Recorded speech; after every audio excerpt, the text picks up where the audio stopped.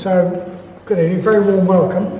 Very warm welcome to the first talk in a new series. So, we're launching a new series of Sangha Nights tonight, which will last until the new year. And what we're calling this new series is Radical Reality. Radical Reality. We had thought of calling it Shocking Buddhist Ideas.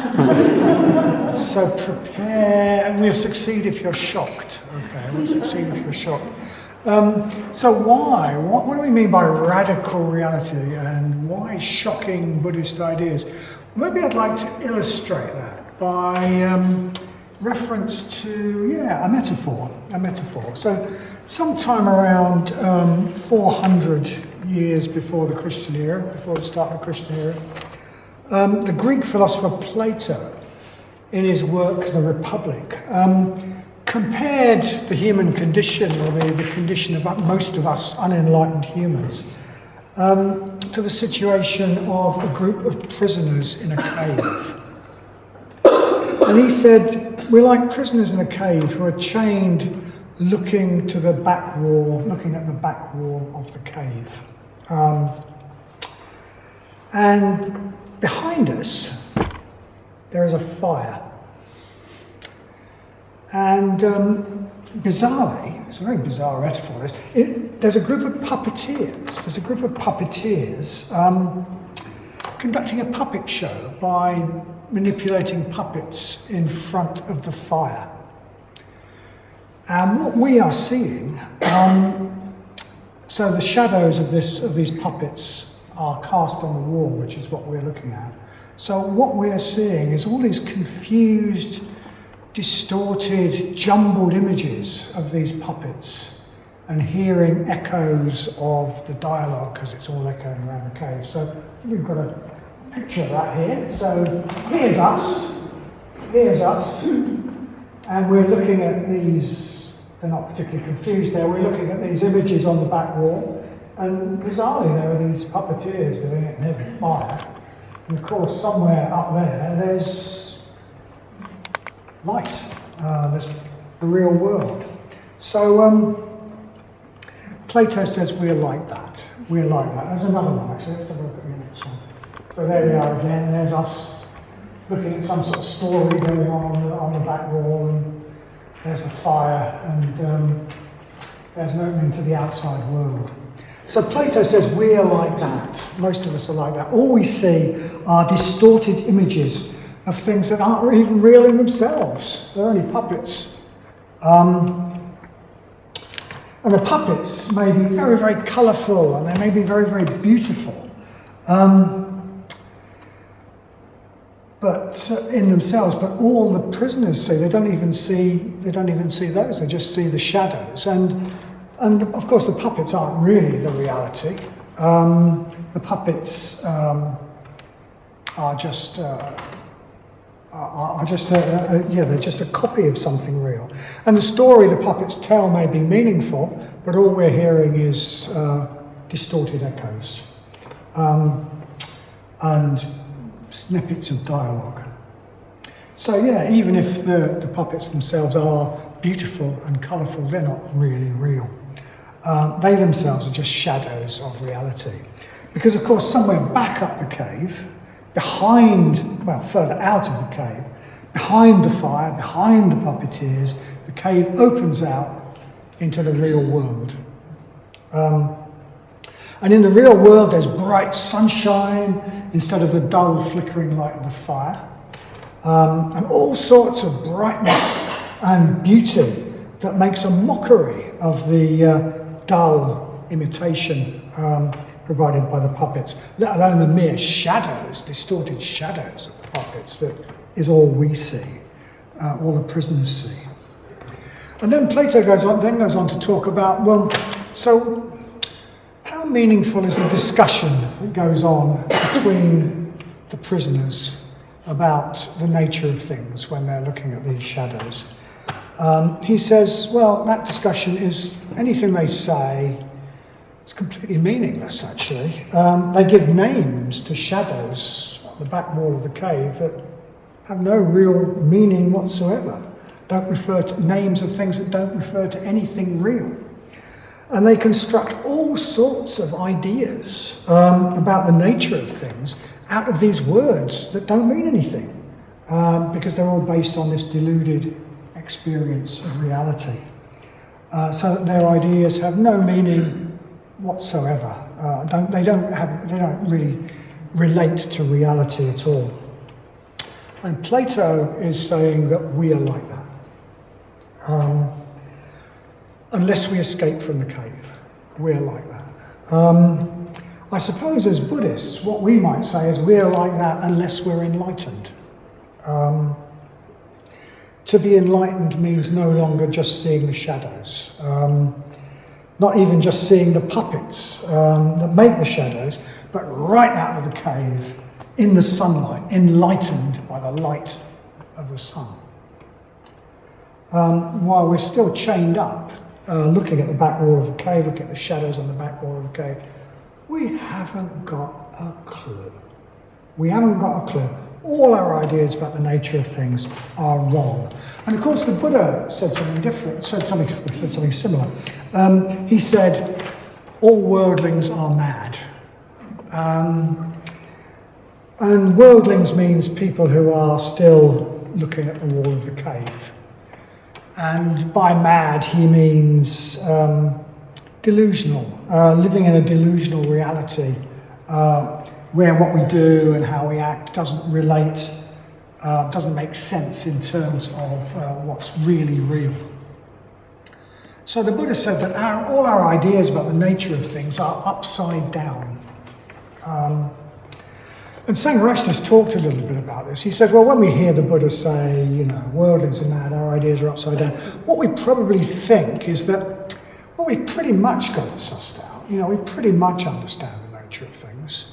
But maybe we need to tweak a bit. Maybe we just sort of improve our understanding, our vision of the nature of things a little bit. In general terms, we got it right. In general terms, we got it right. We're just not quite right. But Sangharakshita said, it's not like that. It's not that our views and our opinions about the nature of things are sort of mainly right. We haven't got a clue. We assume, of course, we're right. Of course my ideas are right, but we haven't got a clue. Our views and our opinions are probably just quite meaningless. We don't know anything about the nature of things. We need to be open to the fact that the nature of whatever the dickens this is we're in, we haven't got a clue about. The nature of space and separateness, our idea of separateness, we haven't got a clue about. The nature of time, we haven't got a clue about. The nature of death, we haven't got a clue about. The nature of mind and matter and their relationship with each other, we haven't got a clue about. This is what he's saying. We don't know anything about the nature of things.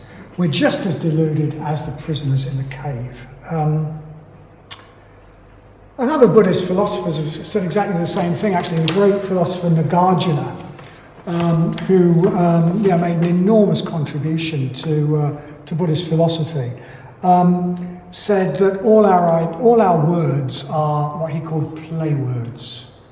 They're just describing shadows on the wall. All our words are play words. And then we build great castles of ideas, concepts, out of mere play words. And then we live in a world defined by those concepts. So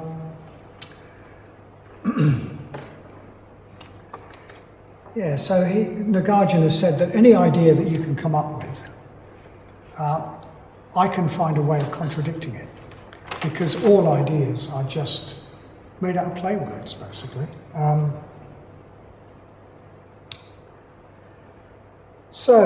We're all looking at shadows, and between us we build great castles. We talk about those shadows, we make words that relate to those shadows, and between us we build great castles of ideas, and then we live in those ideas, all made out of meaningless words, elaborate stories about the nature of things.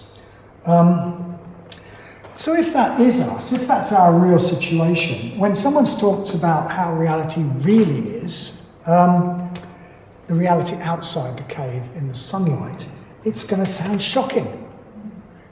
to radical reality, totally different from the one we're used to seeing. It's going to sound shocking. It's not going to fit in comfortably with all our views and opinions. I might say that if the Dharma was going to fit in with all our views and opinions, why would we bother to be here? We're sort of quite ambivalent about that, aren't we? We want the Dharma to fit our views and opinions. Oh, I don't like that idea. I'm going off the Dharma. But if it did fit in with all our opinions and views, well, why would we be interested? We've got it already. So we're quite contradictory in that sense. The Dharma reality might contradict ideas that we hold very dearly. It might contradict them explicitly, or it might not sort of contradict them explicitly, but make them seem completely irrelevant because our views and opinions are about something that doesn't really exist. They're about shadows on the wall.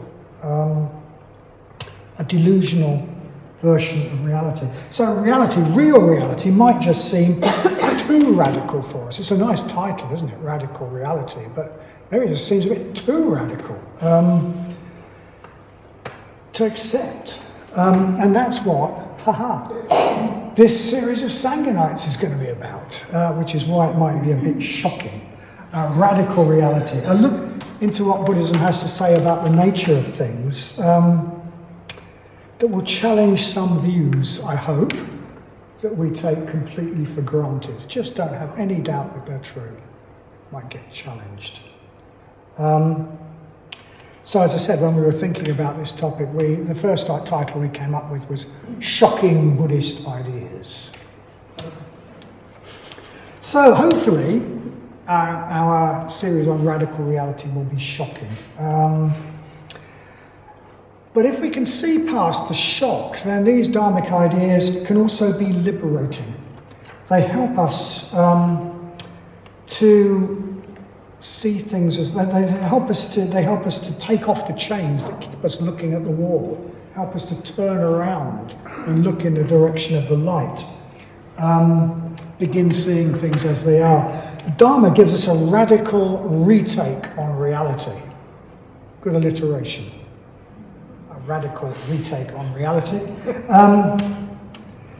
which is going to conflict with a lot of views that we take completely for granted, but will free us from the stories that we tell, which keep us imprisoned in the cave. And these shocking Buddhist ideas, they're not something that some philosopher thought up while sitting in their study. The way that philosophers think up ideas. They're based on the experience of people who have taken off the chains, turned around and gone out of the cave.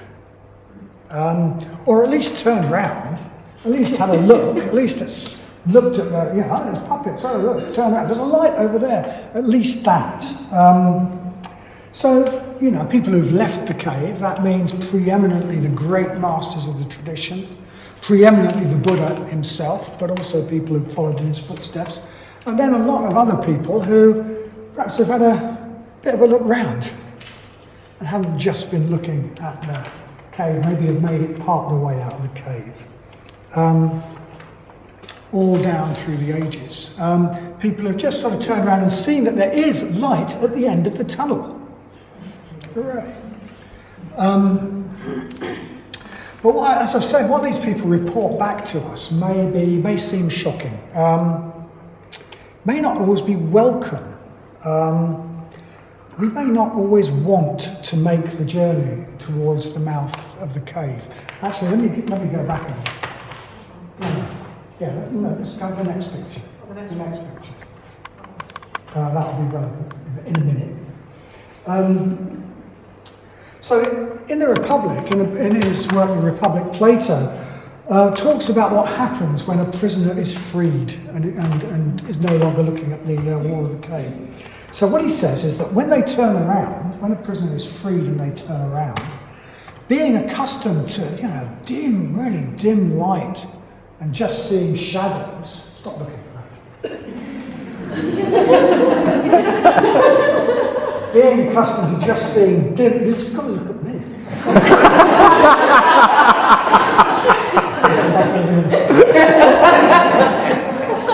When they turn around, being accustomed to dim light and just looking at shadows, even the light of the fire is painful.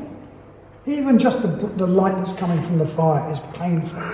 It will hurt their eyes. They just see very, very unclearly. They'll be dazzled by this light. And if one of the other prisoners says, "Oh, don't take any notice of that. That's terrible. That's not real," they'll probably believe them. We'll probably believe them. That what we're seeing isn't real, and that what we have been looking at is real because it hurts. So now turn back to the wall. So at first, we'll find the firelight painful. We might well find looking at the firelight painful, and we might just sort of have to squint and see things very, very unclearly. Plato says people may well be frightened, and they might be angry at the firelight, or anyone who proposed that they might look the other way. At best, they might just sort of get a glimpse of the puppets. So Plato says that probably the only way you would get most of the prisoners to climb out of the cave and into the sunlight would be to drag them by force. We don't try that. And he says that was going to make them very, very angry indeed. But Plato says if someone did get out of the cave, at first they would be overwhelmed and blinded by the sunshine. It would just be so different from anything they'd seen. They'd be overwhelmed and blinded by it. But their eyes would gradually get used to it. They'd gradually get used to the sunlight. And as they got used to the sunlight, they'd come to see a wonderful reality. A beautiful, wonderful reality that they could never have dreamed of. And Plato says, and this is a quote, he would bless himself for the change and pity the other prisoners, and would want to bring his fellow cave dwellers out of the cave and into the sunlight. So that's a good analogy for what happened to the Buddha. Saw the light, got out of the cave, saw the light, wanted to bring his fellow prisoners out of the cave and into the sunlight. It's also a good explanation of why most of us aren't enlightened. We would prefer to look at the shadows on the wall, because turning around can be painful.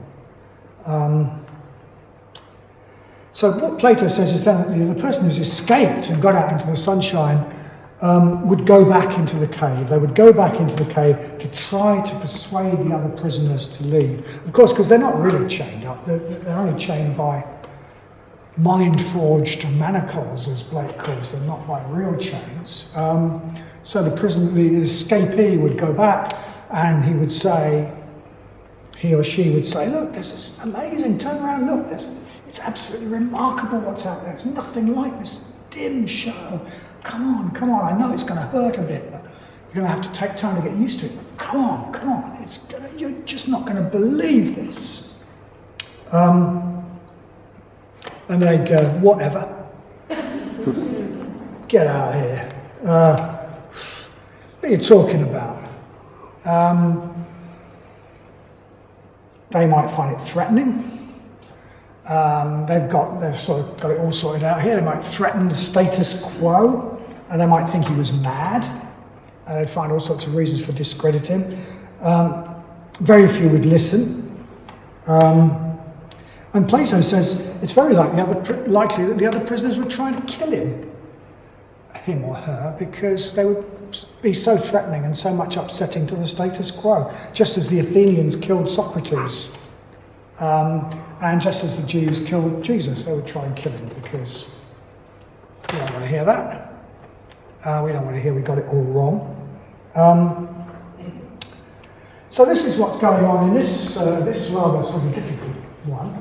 You've got a returning prisoner. So there's the light, there's our prisoners, and they're all sort of looking at the shadows on the wall and having a good old discussion about it, having a really good old chat, a really philosophical discussion about the shadows on the wall. We've got people who are at various stages of liberation, if you like, people out in the light, We've got our puppeteers up here doing all sorts of wonderful things. And here's somebody who's coming back. There's somebody else that's coming back. They've come back and they're trying to talk to these people. And if you can't see this, but the expressions on their faces are, well, they just look really scared. Just look really scared. These two are really trying their best. Come on, out here. They're not having it. They're not having it at all. Yeah, the returning prisoner is trying to get the others to turn around, but they're just reacting with fear or with anger. Go away. So that's the metaphor of the cave. That's the metaphor of the cave. And it's been a really influential sort of metaphor. We have to turn it off. Turn it off. Yeah, it's no more. It's been a really influential metaphor, I think, in a lot of people's thinking. It's said to be the central idea behind the film The Matrix, actually. Apparently there was very sort of influenced by that metaphor. So in that film, people are living in a virtual reality, which they mistake for real reality, and they think they're living their real lives, but they're just acting out a meaningless fantasy within a virtual computer-generated reality.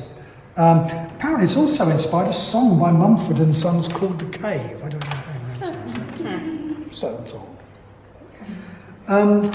So if we accept that we are like the prisoners in the cave, the first thing we need is to see that and to stop being completely taken in by the shadows and all the stories we tell about the shadows, our views and our opinions and ideas based on these shadows on the wall. And that's a really common theme in Buddhism. It's a really common theme in Buddhism that if we want to stop being deluded, the first thing we have to do is to know we're deluded. We have to know we don't know, and then we've got a chance of finding out. So yeah, one teacher, a very influential Japanese teacher called Shinran, he talks about how it's really very, very significant spiritual attainment to know that you're a bombu. And a bombu is basically a complete idiot. A bombu is somebody, it's quite an onomatopoeic word, a bombu. A bombu is somebody who just hasn't got a clue, somebody who's completely deluded. He talks about a being of deep karmic delusion from beginningless time. And he says, if you know you're a bombu, great, you're really getting somewhere. We're really getting somewhere when we know we're a bombu. Remember, you're a bombu. If you remember you're a bombu, then, well, it's great because you get all these ideas which you think, oh, I really think that. And you think, well, yeah, so what? All these thoughts come up, oh, I want to be really angry about that, or I want to be like this about that. You think, so what? I'm a bombu. It's freeing to be a bombu because you don't have to take the junk your own mind churns up seriously. So yeah, it frees us up. That frees us up to turn around and have a look, maybe at the light, see the bright light, see the light of the sun. We're nowhere near the out of the cave, but we've got a lot of work to do before we can get out of the cave. But we've got to start seeing before we can see properly. But if we know we're a bombu, then we can at least turn around and we can at least get a glimpse of something else. We might see the light. We might see the light of the fire. We might see further off the light of the sunlight. And that light, our response to that light, I think is what Buddhists call Shraddha. Shraddha is a Sanskrit word which we usually translate as, well, it's often translated in texts as faith, but faith is a very, very bad translation actually, because we usually think faith means believing lots of things. Shraddha, I think, is much more like a sense of spiritual direction. It's a sort of recognition of a pull in a particular direction and a desire to go in that direction. It's knowing which way to go, sensing the way out of the cave, even if we can't really look fully at the light yet. So Sangha actually calls Shraddha, defines Shraddha as, well, one thing is what we put our heart on, but also as the response of what is ultimate in us to what is ultimate in the universe. So what is ultimate in the universe is the reality outside the cave. It's the bright sunshine. And part of us responds to that. There's something ultimate in us as well. There's something of the sunshine in us as well. Plato, I think, also said if there wasn't some sunshine in us, we couldn't see the sunshine out there. So what's in us responds to what's out there. Part of us is a creature of the light and knows it wants to get to the light, drawn strongly to the light. And if we do respond to that light and decide to move towards it, well, we'll gradually find our way into brighter and brighter parts of the cave and eventually out into the sunshine. But very often we don't do that, do we? Very often we don't. We're sort of in conflict between that pull towards the light and the conflict of the shadows and the dimness. Or we're so caught up in our ideas. We've spent so much time discussing what's going on in the cave wall and taking that so seriously that we're just caught up in our views and opinions about what's going on based on the shadows. And we just don't take the light seriously, if you like. So Shinran, who I talked about before, this Japanese teacher I talked about before, made a big point of this. So the most extremely important thing in the spiritual life is to know that we don't know that we're bombus. And instead of going by our views and opinions and ideas that we all think are so clever, he calls this the calculating mind. Instead of going on the calculating mind, we base ourselves on our glimpse of something else, on our Shraddha. We base our life on that.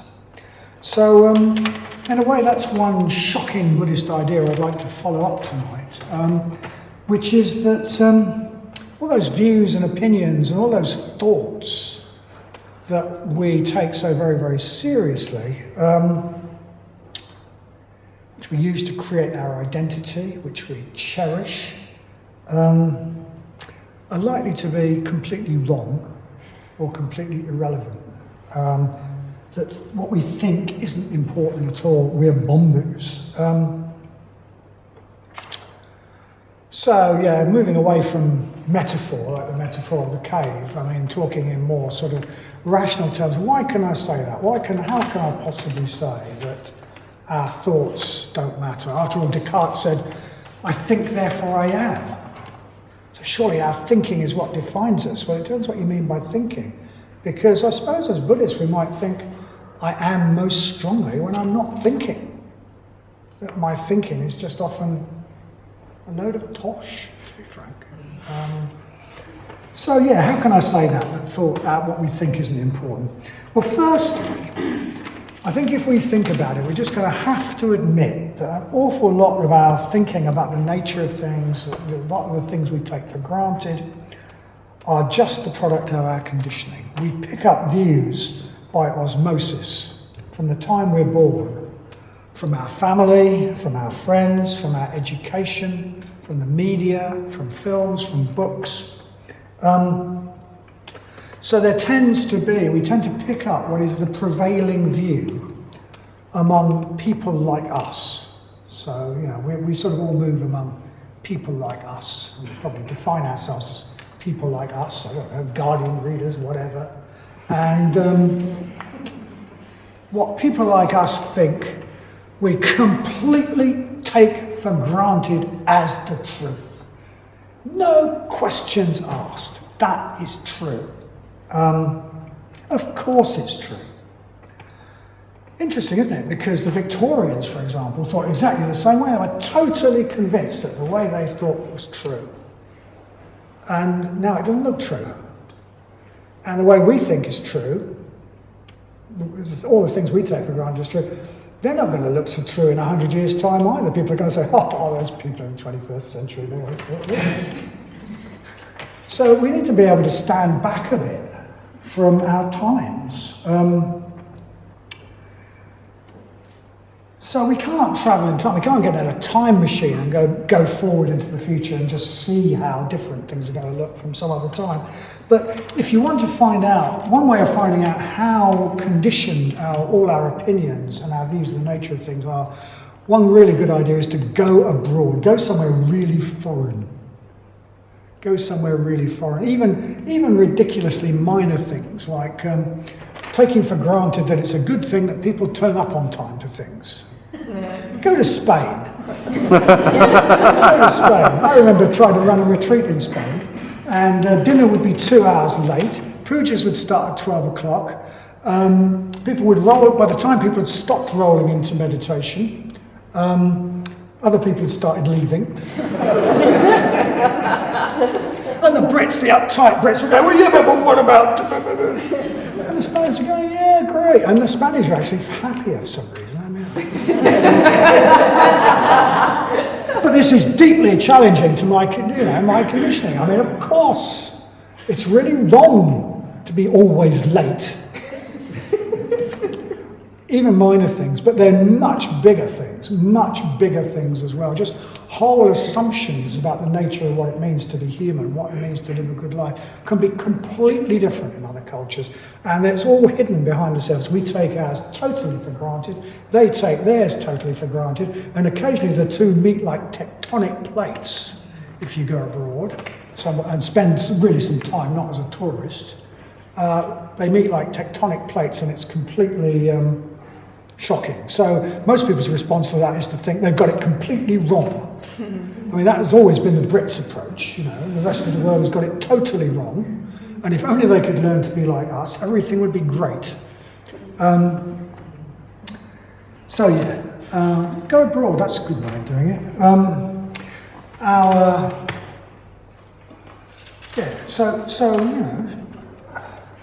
I'm contending that most of our thinking, most of our views are absorbed by osmosis from our culture, the culture of people like us.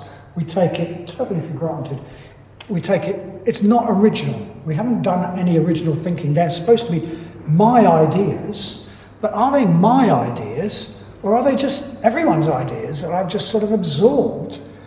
Do we have any original ideas?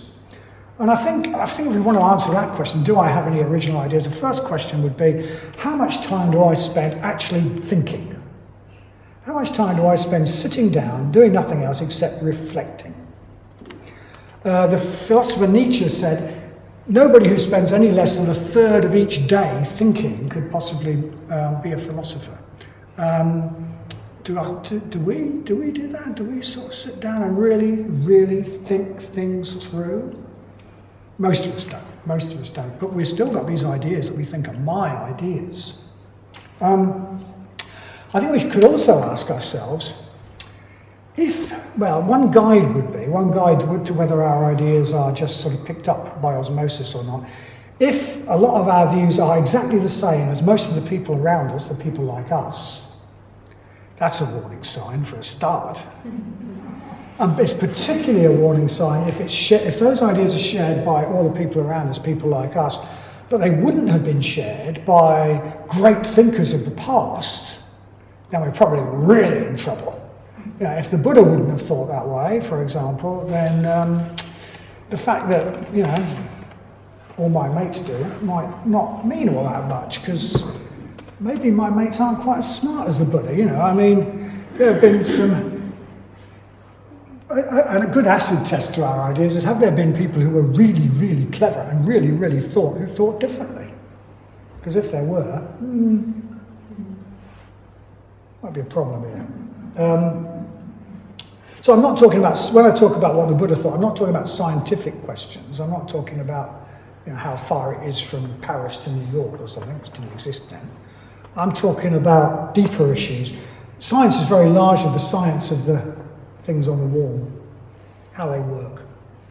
I'm talking about a deeper level of reality, questions of ethics, questions of values, questions of deeper philosophy. On those issues, the fact that people like me all think this way is a very, very bad guide and fashionable thing. If thinking is fashionable, question it. question it, because there's always been fashionable thinking that everybody took for granted, and it quickly becomes unfashionable. It's like looking at those pictures in the 70s. We all thought we were cool. We thought those clothes looked good. It's incredible. That's what a lot of our ideas are going to look like. That's what the fashionable ideas are going to look like. As bad as fashionable clothes. So yeah, probably one reason not to take our thinking so seriously is because it's probably largely opinions and views that we've just absorbed by osmosis, which there's no guarantee they have any connection with reality whatsoever. Thinking is a product of our conditioning. And secondly, a second reason not to take our thinking so seriously is that an awful lot of our thinking is driven by underlying emotion, actually. It's a sort of rationalization of underlying emotion. I'll give you an example, and I know because I've been there, okay? It is an observable fact, you can contradict me, it's an observable fact that men who have difficulty in their relationship with their fathers and end up with authority problems tend to have political views which are anti-authoritarian. I speak as one who knows. Unless we've got over that, sort of like anything that seems like what the authority thinks we'll be against. We'll challenge. If we lived in a world, we'd want a world that's completely anarchic and where nothing would work, and there'd be no bosses and no chains of command of any sort, etc., etc., etc. So, anti-authority views or authoritarian views probably from the same sort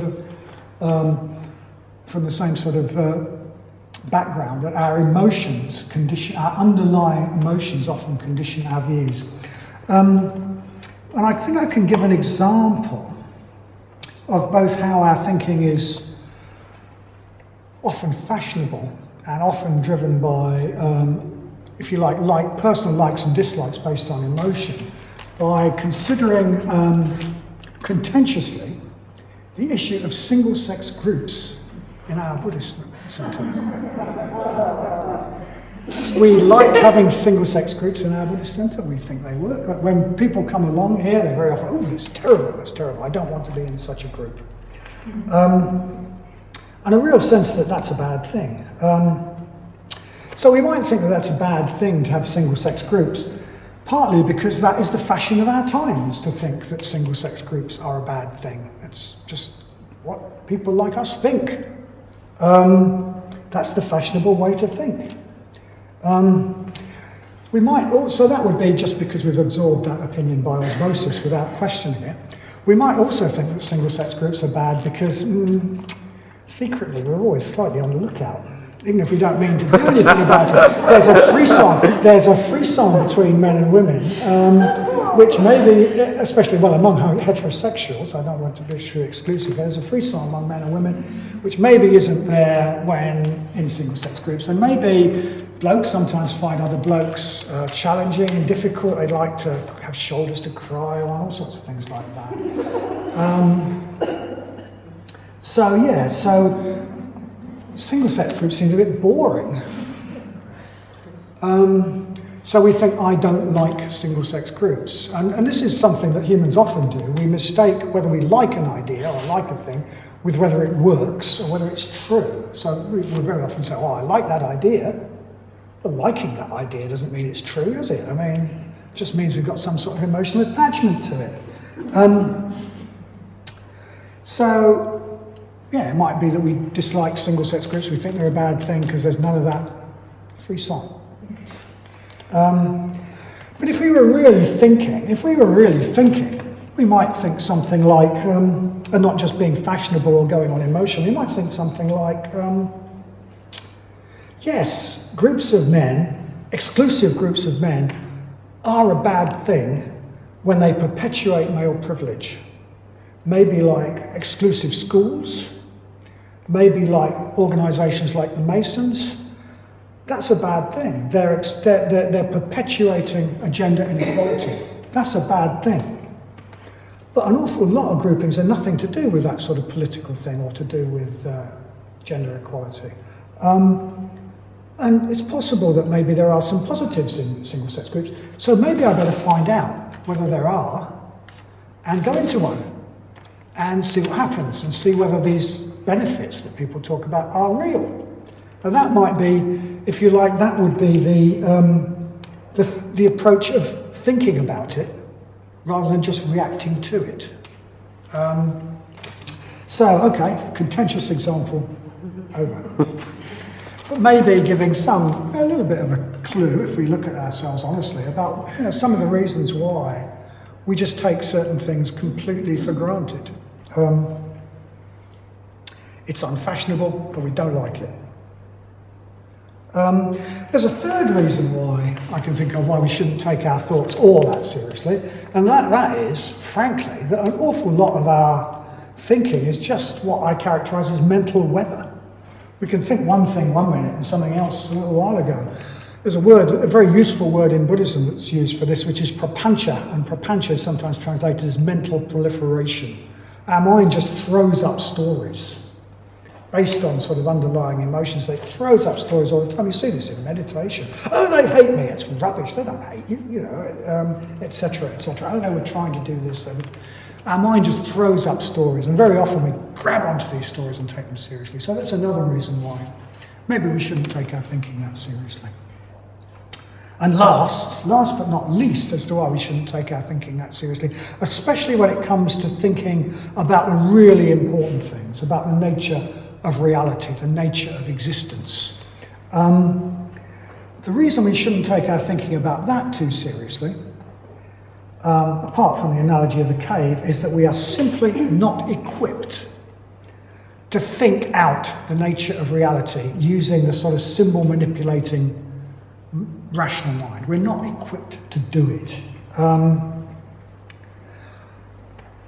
I don't think I'm particularly stupid, and I'm a good chess player, but I cannot beat my cheap little computer at chess. Not if I turn up all the settings to give it a decent amount of time. It will outthink me. It was not outthinking. It will sort of outdo me every time. I can't beat my computer at chess, yet I think I can plumb the nature of reality with my rational mind. Reality check. Reality check. We're not sort of built. When we think about reality, we can only think about tiny bits of it. And we can only see it in very limited ways. And the Buddha told a parable about this, which I think it's a really important parable, a really illuminating parable. So he said, well, it's a bit like, so he said, well, okay, imagine this. Imagine that there's this king. And actually this king sounds to me like a bit of a nasty piece of work. So this king says to his minister, Minister, go and get me a group of men who have been blind from birth and an elephant. Yeah, as you do. Get me a group of men who have been blind from birth and an elephant. So the minister goes off and comes back with his servants and whatever, and he's got a group of men who have been blind from birth and an elephant. And the king sort of goes and sits up on a balcony, and he's got a courtyard in front of him, and he says, okay, now introduce the blind men to the elephant. So the blind men go and introduce the blind men to the elephant. Oh, blind men, go and see what an elephant is. So one of them goes up and, an elephant's a great big tree, grabbing the leg. Another one grabs a tusk and says, oh, an elephant is I'm not sure these are what's in the parable, they'll do. An elephant's a really nice polished piece of wood. And somebody else grabs a trunk and says, God, an elephant's a really big snake. And somebody else grabs an ear and says, well, elephant's a big sail. I think it's actually a winnowing basket in the parable. Another one grabs the tail and says, oh, it's a bell pull. An elephant's a bell pull. And then so they lead off the elephant, and they have a conference among the blind men. While the king is sitting there going, ha, ha, ha. He says, get the blind men to talk about what an elephant is. And the blind man, one of them says, well, it's obvious, it's a tree. Somebody says, no, it's not. It's a polished piece of wood. And somebody else says, no, it's a snake. And somebody else says, oh, it's a sail. Somebody else says, it's a bell pull. And then they start fighting about it. And they're all falling around in the dust saying, no, it's not like that, it's like this. So I think what this illustrates a few points. I think about our approach to the nature of things, if you like, to reality. The blind men, the reality that they're introduced to is bigger than their senses can take in as a whole. Okay? They don't have the sensory apparatus to take it in as a whole. So they just take in a part of it. And they each take in different parts of it. So that's one thing that's going on. And that's true of us as well. We don't have the sensory apparatus to take in the whole of reality. We only ever take in a part of it. So what the blind men do is what we do. Reality being bigger than anything they've ever experienced or can encompass, they try to find some way to relate it to something they know. They find a metaphor that seems to explain it. It's a tree. It's a snake. It's a polished piece of wood. Something in their experience that is like the elephant, that makes sense of the elephant to them. And that's what we do too. Because as long as we want to understand it definitely, we can't do anything else really. Our sensory apparatus, our minds are not big enough. They can't take in the whole. So we make metaphors. Reality is like this, or reality is like that. If you look at history, you can see that the prevailing metaphors for the nature of things change over time.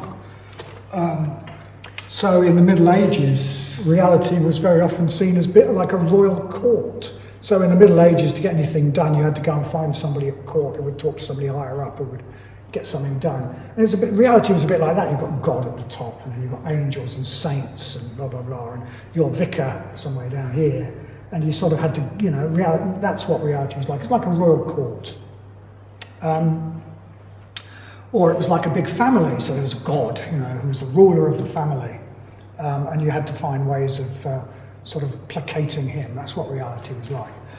And then a bit later, say in the Victorian era, when people had really sort of rubbished the religious ideas earlier and had discovered at least a sort of elementary version of physics, reality was like, and it was the machine age. It was the machine age, so everything was like a machine. And we've still stuck with that one, most of us. Reality is a bit like a machine. The nature of matter is a bit like a machine. It's not living, it's the world just sort of trundles along like a machine, and we live in this sort of dead world that we're free to manipulate in whatever way we like. So, yeah, reality is like a machine. We're like a machine. We're like a machine. That's how a lot of thinking goes. That's the Victorian analogy. Of course, there's a more modern one, which is it's all like a computer, or it's all like software and hardware. You get these analogies.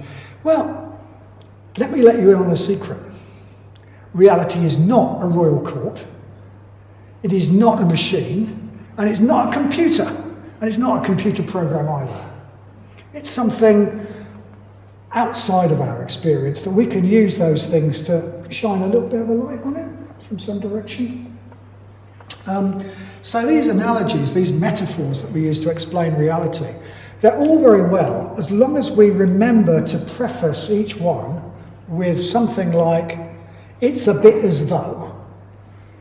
It's a bit as though an elephant were a tree. It's a bit as though an elephant were a polished piece of wood.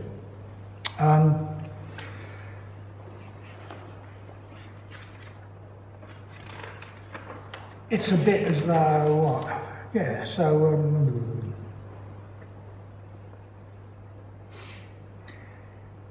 that's fine, as long as we don't take them literally. It's a bit as though an elephant was a tree. It's a bit as though an elephant was a polished piece of wood. Here's another shocking Buddhist idea. Two completely conflicting ideas can both be right. Two apparently totally contradictory ideas can both be right.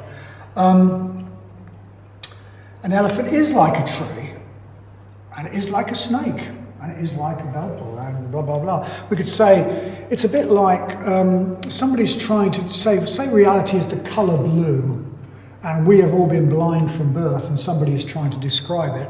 And one person might say, well, it's a sort of cool colour like water. And somebody else might say, well, it's a warm colour like a summer sky. And then we go, oh, go on, make up your mind. Either it's cool or warm. But these are just metaphors that somebody is trying to use to explain something that's outside our experience, as in an elephant is a bell pull or whatever. So, I think we see quite a lot of that. I think I would say this shockingly for a Buddhist, it's a bit as though there were a benevolent God in the world. It is a bit as though there were a benevolent God. It's a bit as though there was some sort of benevolent stream of volition operating in the universe that we can tap into and which can help us. It's a bit like that. It's also a bit like there's no such thing as God in the world. It's a bit like that too. Two contradictory ideas can both be true. That's fine. I mean, in a way, we need to be able to hold both. The poet Keats talked about this. He described it as negative capability, the ability to hold completely conflicting ideas and not just sort of spring for one or the other, because that's the only way we're going to get anywhere near it. So yeah, that's fine. The metaphor that it's a bit as though there were a benevolent God, might be really helpful for a lot of people. But if it's taken literally as absolute truth, it could be really harmful, because then you start burning people who disagree with you, or flying planes into skyscrapers, or having crusades. When we start taking these metaphors literally, we become like the blind men. We start fighting over who's got the right metaphor. Yeah, so for all these reasons, all these 4 reasons, which if I can remember what they are, most of our thinking is conditioned by the society we live in. A lot of our thinking, maybe most of our thinking, actually is just a sort of rationalisation of underlying emotional drives. A lot of our thinking is just mental weather and prapancha, mental proliferation. And anyway, we're not really equipped to think about the nature of things. We haven't got the sensory apparatus or the size of mind to do. The size of our rational manipulating mind isn't big enough to do it. We're like the blind men. For all those reasons, we can't grasp the nature of things by our thinking alone. And that might sound incredibly pessimistic. Well, does that mean we're just doomed? We're just doomed to sort of stumble around in a fog. We just haven't got a clue, and we just stumble around, and it might sound incredibly pessimistic. But actually, the fact that we can't grasp reality fully by our thinking does not mean that we cannot know, in a sense.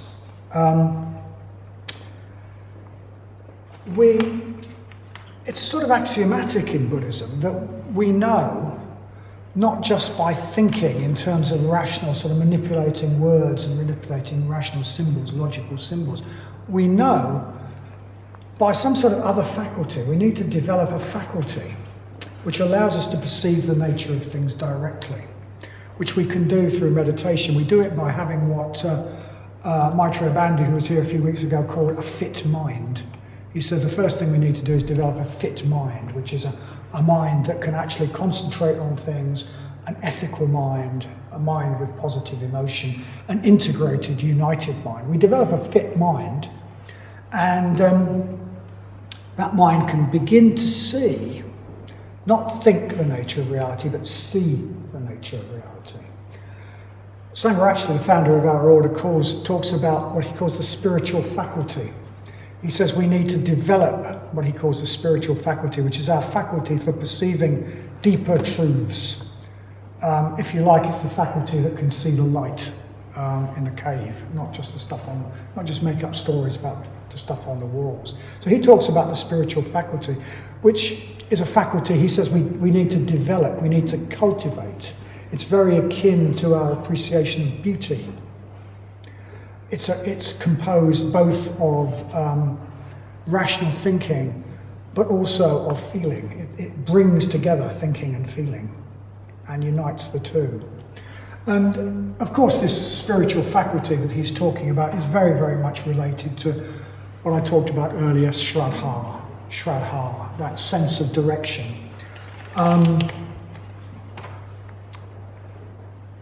We know reality by that faculty. So Shraddha is very related, this response of what's ultimate in us to what's ultimate in the universe, is very related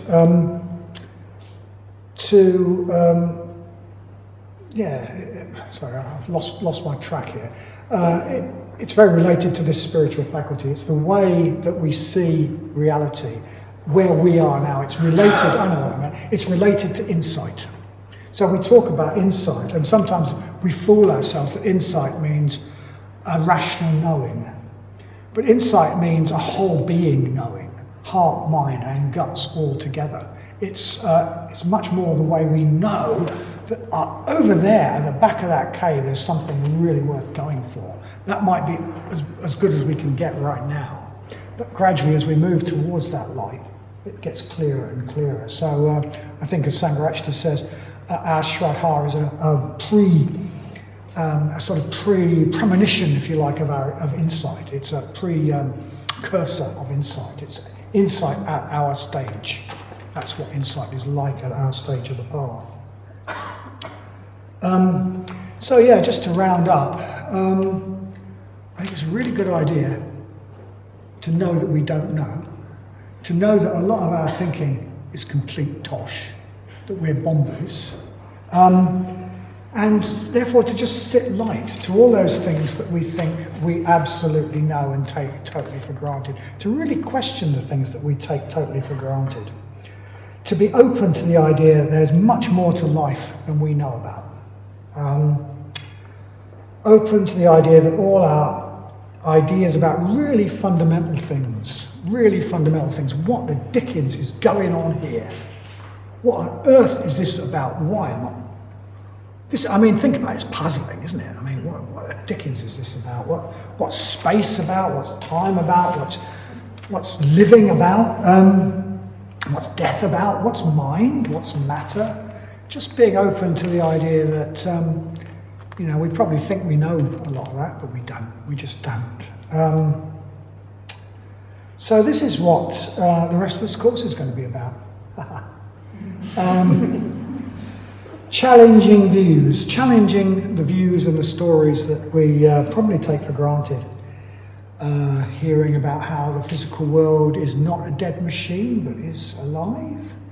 Hearing about how the individual is a myth. Hearing about, well, look at the schedule. So I hope we can challenge it, and I hope I've started to do that a little bit tonight. Thank you.